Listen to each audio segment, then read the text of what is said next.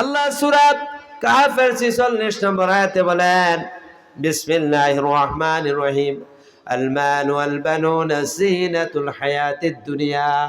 আল্লাহ বলেন, হে দুনিয়ার মানুষেরা, সহায় সম্পদ আর সন্তান সন্ততি এগুলা হলো দুনিয়ার জীবনের শোভা। দুনিয়ার জীবন মানুষের জন্য এটা একটা সৌন্দর্য, এটা শোভা। ওয়াল বাকিয়াতুস সালিহাতু খায়রুন ইনদা রাব্বিকা সাওয়াবান ওয়া খায়রুন আমালা।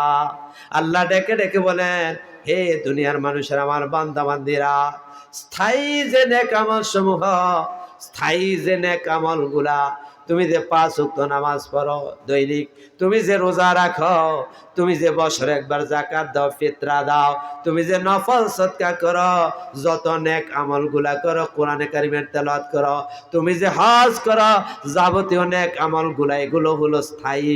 সওয়াবের দিক থেকে, প্রত্যাশার দিক থেকে তোমার রবের কাছে এই স্থায়ী নেক আমল গুলাই হলো সব চাইতে ভালো।